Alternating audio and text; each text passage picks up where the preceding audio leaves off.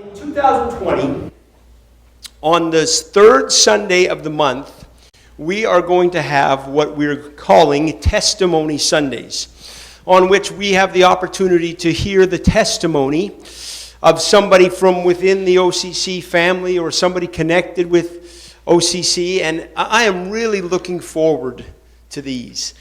I think there's a number of reasons for them, a number of things that we will get out of these times.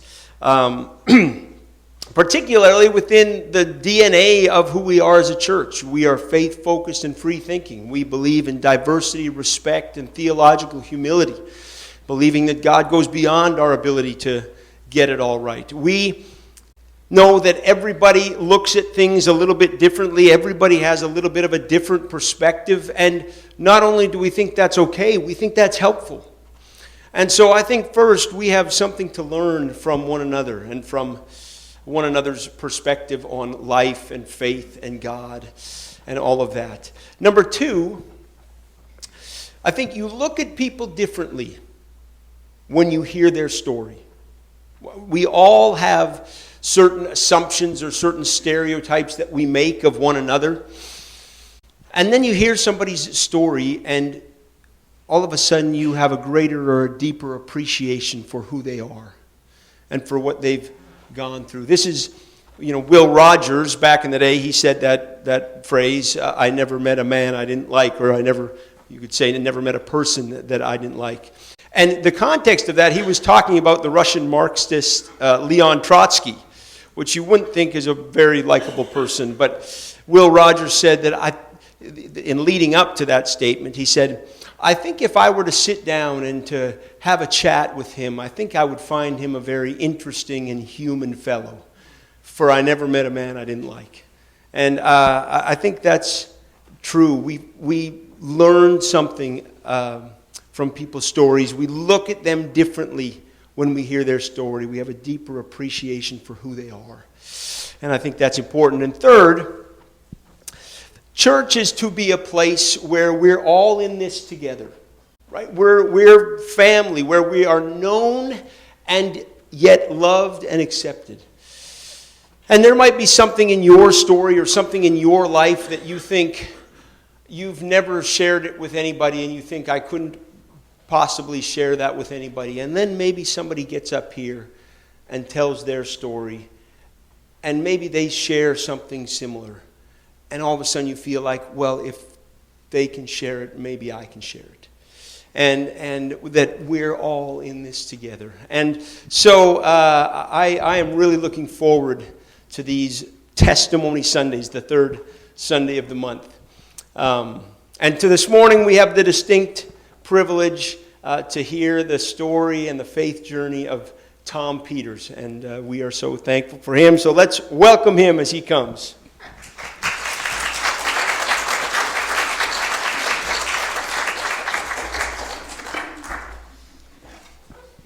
I told Tom he might have to get his own stool, and he's like, where are the stage hands?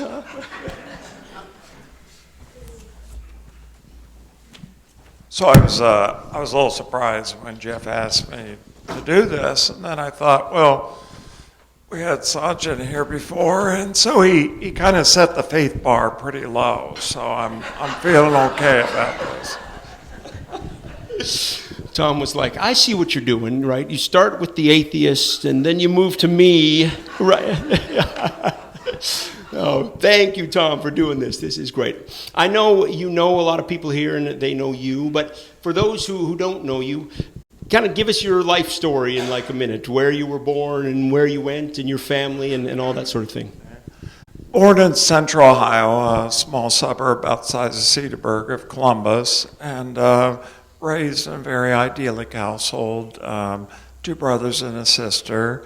Went to a small local college there called Ohio State, and worked at a YMCA summer camp, which had a lot of influence in my life. And so graduated in elementary education, taught a short time, but went to work for the Y. Eventually went to New Mexico, where I met my wife the first night I was there. Now is not an appropriate time to talk about how I met her, but We married in New Mexico, moved to San Jose, again with the Y, and both our sons, Daniel and Jared, were born in California. And after 11 years, earthquakes and everything, we moved to Illinois, worked for the National YMCA, and then eventually moved up to Wisconsin about 22 years ago. Yeah. And you have two boys. Two boys in their 30s, and I assumed, this is the greatest disappointment in life, I assumed when kids were 18 you quit worrying about them. Very disappointed. Yeah. No, that's good. Well, tell us just, the beginnings, I guess, of your faith journey. Did you grow up in a particular faith tradition? Kind of what were your understandings of God and faith as a kid or as you grew up? My mom was actually, her family was all Christian Scientists, and Dad was a good old farm boy, a Methodist farm boy. And we grew up in a Methodist church, actually lived across the street, large Methodist church, and we were all very active in the church. I don't know that the faith was a strong part of growing up, but the traditions of church were very important to me. And I think through my college years and working in a YMCA for my career, really, I always felt faith was around me. And I worked hard. I felt I was a seeker. I was studying and learning and going to churches and trying to answer the question or really see what my younger brother, when he was in high school, he was saved. And somehow I was looking for that moment when it would all come to me and I would be saved as well. Even my wife grew up in a Mormon family, and she wasn't actively involved when we married, so I would actually go to church by myself, visit various churches in New Mexico and California, and just kind of seeking and trying to figure things out. When we moved to Illinois, we got involved with a very large non-denominational mega church, I guess, and actually got very close to the senior pastor, did Bible studies, was very active and involved. Came here, got involved with different churches, and we settled at Crossroads and did the walk through the Bible, did everything, kept looking for those answers somewhere, and was an elder at the church. And then a number of years ago, I was hearing the wrath of Christianity in the public, and I couldn't understand why everybody seemed to have these different views on what Christianity was, and frankly got pushed away from the church. And I couldn't explain it to Rochelle, couldn't really understand it, but I couldn't go to church anymore, and I left. And so it was just trying to figure it out. And then one day I drove by and I saw this little country church. I looked up online and said, yeah, I'll give it a try. I came here by myself, and that was it. And then Larry Sturkenberg called me one day and said, we're leaving Crossroads. Where are you going to church? And I mentioned this place I'd gone to once, and so we ended up here with the Sturkenbergs. That is great. Well, we're so glad you're here, And each journey of faith, each tradition has its good points and bad points, all of that. But each journey of faith has kind of moments along it that are significant, And as you think about your journey, what were kind of the moments that were really transformative or significant in your faith journey? Yeah, and as Jeff had sort of talked to me about it, realized I had two very significant things that happened in my life. The first was about 13 years ago, and life was perfect. I was in the best health of my life and active and involved, and one day found out I was stage 4 of an incurable, very rare lymphoma. And amazing like that. Life changed for myself and my family. And but that's where the value of the church to me, that's where Pastor Gable showed up somehow when we needed him. And Sundays, people from church, Larry and Nancy, would show up at the hospital at Freighter. So it was a long journey through there and very difficult. I had the most aggressive form of chemo because I was in such great shape. Today, all my challenges from neurological disease affecting my voice and everything aren't from the cancer, they're from the treatment. And so I went through that, but it was really a time that I felt very supported through the church and through the congregation. But at the end of it, a gentleman from Crossroads, who I admired, knew, and businessman, called me and said, "Tom, when you're able, I'd like to have lunch with you." And so it'd been about a year and from the start, and we went to lunch, and we were talking, and he asked me a question I had never thought about. He said, "Did the cancer make your face stronger or weaker?" And I didn't even think about it. I hadn't thought about it. I said it made it weaker. And so we talked, and I was trying to figure it out, and I realized the example. There was a young woman with 2 children who was there at Freighter as well. We do puzzles together. Her family would come in. Well, she had a month to live. And I couldn't understand, I survived something maybe I shouldn't have, but I couldn't understand that. And that just bothered me. And I didn't have any answer for that. Nothing I'd ever read or seen. And it really made me try to understand, I don't get this. And that was part of maybe leading to my drifting away. But the second impact happened here. And it happened here a number of years ago. And I was sitting here, and the words I heard from the front of the church were, I think God cares about us, but I'm not sure God cares for us. And that was the answer to my faith.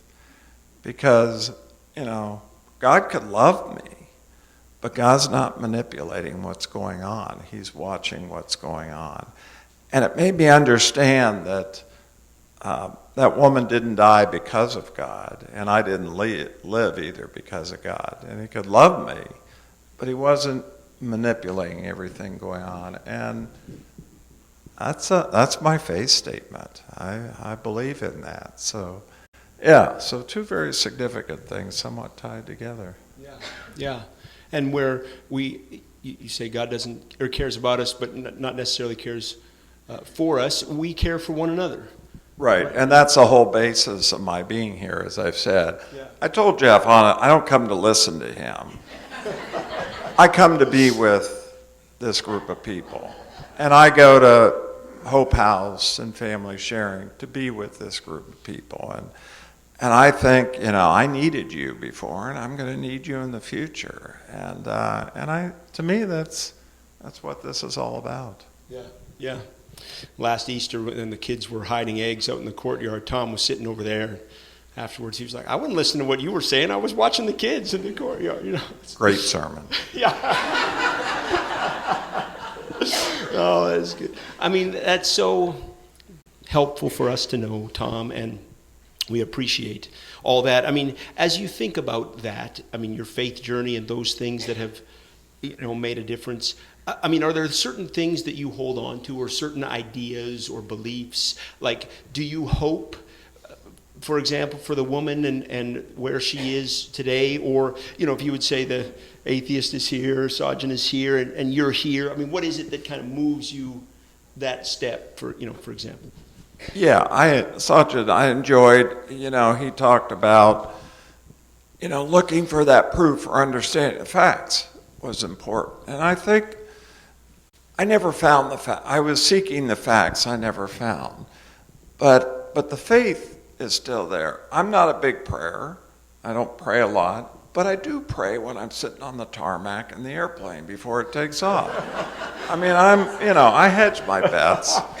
And I like to believe that this woman is in a wonderful place and that maybe I will be in a wonderful place. But my facts, nothing has told me for certain that that's the truth. So my faith is about today, and but I'm hopeful. Yeah, yeah. That is faith. Yes, yes. And you say, but, I mean, obviously you did a lot of backpacking and looking out at creation, thinking. Yeah. Well, that's the difference between when we talked about a deity and a God there. And for me, when I was young, I backpacked and hiked and did things all around. And when I woke up in the morning and looked out at the view, it was certain to me that there was a God, because this couldn't be randomness. And I think that's what's driven me, is the beauty of the world and everything. I can't accept that this just happened for some other reason. So I have a strong sense that there's a God. I'm just not sure God is manipulating everything that's happening. Sure. Either. Yeah. No. Well, and one of the things you said, and we talked about too at even the early service, just that you feel really comfortable with where you are right now. I mean, your faith is the strongest it's ever been, so to speak, right? And I think that's so great. I mean, tell us here, while we're faith-focused and free-thinking and all of these things, we are united in some way around the person and the story of Jesus. We're a Christian expression, right? And we hold the Bible to be a source of God's revelation to us. And, so just what does the person and the story of Jesus mean to you? I mean, you said you read the Bible, but kind of didn't find the specific answers, so to speak. But how do you look at the person and the story of Jesus? Maybe as told through the Scriptures. That's a great question, because as I said, I part of my difficulty was I kept seeing different people telling me certainties that were different from the Bible, and yet claiming it was truly the word of God. And I couldn't understand, if God wrote it, why did he write a choose your own adventure book? Because essentially people were choosing. So I think, to me, the Bible is a collective message, and Jesus, in whatever person he was, said, care about your neighbors, love other people, try to do the right thing, be humble, those things that I've taken away from it. And I think the less I get into the minutia of it, and the more I focus on that, that's kind of what I feel like we do here. Yeah, oh, good. I mean, and is there anything you would say to, how would you encourage other people in their faith journey? Obviously, you've kind of come through a lot and wrestled and asked, and now here you are, kind of the strongest faith you've ever had, or the most comfortable you are, right? Yeah, how would you encourage anybody else on their particular faith journey? Yeah. Well, my journey is my journey, and I know it's just mine, and I recognize, I thought about before you came, if I didn't stay here, where would I go? And I realize there's choices. There's so many choices of churches if you want to be with people like you. But I love the fact here that I know we all are thinking different things. And it reminds me, I also have to realize that I have to be open to the fact that you all think differently than I do. So I think the advantage we have in this little church is to listen to other people and be around other people, but don't try to convince other people of anything. Just be with them when they need you. Yeah. No, that is great. Well, we so appreciate you, Thom and Rochelle, and your part here. I would say, Thom, if anybody is new here on Sunday morning, Thom is the first person to talk to him. I always hope they sit beside Thom, because he'll turn around, let me tell you what. And we so appreciate that, your love for people and your love for life. And we just, thank you for sharing your story. Thank you.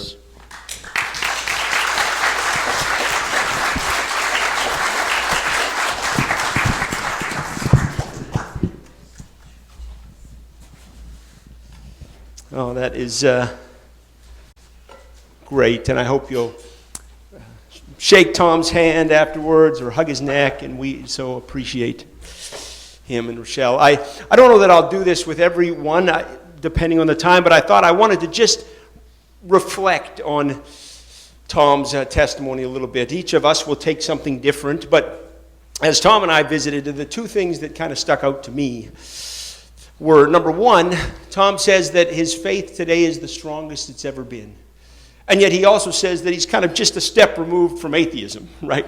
And I thought that was interesting. As growing up, I always thought strong faith was the more you understood God, the more you knew and understood the Scriptures, the stronger your faith was, right? The more certain you were about your beliefs and who God was, the stronger your faith was. And I've just, today I feel like strong faith is not an increased understanding of God so much as it is an increased peace with not understanding God, right? That strong faith is not so much an increase in certainty, it is an increased peace with uncertainty. None of us understand God completely. We are doing not much more than casting ourselves on the love and the grace and the mystery of God. And I think there's time for study and the pursuit of understanding. We ought to understand what we can understand. Thom said he's a lifelong seeker looking for answers or to understand what we can understand. Split theological hairs, discuss these things. That's important. But I think the more we do that, I think the more we realize how little we do understand. And I think strong faith is accepting of that, and casting ourselves on the love and the grace and the mercy of God in spite of what we don't understand. And so I appreciate that about Thom's story. Second, Thom said, he read the Bible looking for answers and kind of didn't seem to find what he was looking for this kind of moment, but that he sees in the person in the story of Jesus and kind of the overall message of love for neighbor and love for a fellow person and treat one another the way that you want to be treated. And I thought that that is significant. We just read this passage from Matthew chapter 22, and where Jesus asked the question, somebody asked Jesus, what is the greatest commandment? Okay, so we're trying to figure out what does God require of us, in a sense? Okay, what's the greatest commandment? Well, Jesus responds, love God. This is the greatest commandment. Love the Lord your God with all your heart and soul and mind. Well, that begs the question, of course, well, how do you love God? Well, the Scripture tells us that, too. Jesus said, if you love me, you'll obey my commandments. This is love for God, to obey his commandments. We love God by keeping his commandments. Well, that begs the question, well, what's the commandments? Well, the greatest commandment is to love God. Well, how do you love God? By keeping the commandments. What are the commandments? To love God. You can see the problem we're in here, right? This circular thing, okay? So maybe let's go to the second commandment and see what we find. And Jesus said, the second is like it. Love your neighbor as you love yourself. That somehow we love God by loving our neighbor. And Jesus said, all the law and the prophets hang on these two commandments. That is, everything else, all the minutia, all the details, all the whatever it is that we study, hang on these two things. You love God by loving your neighbor.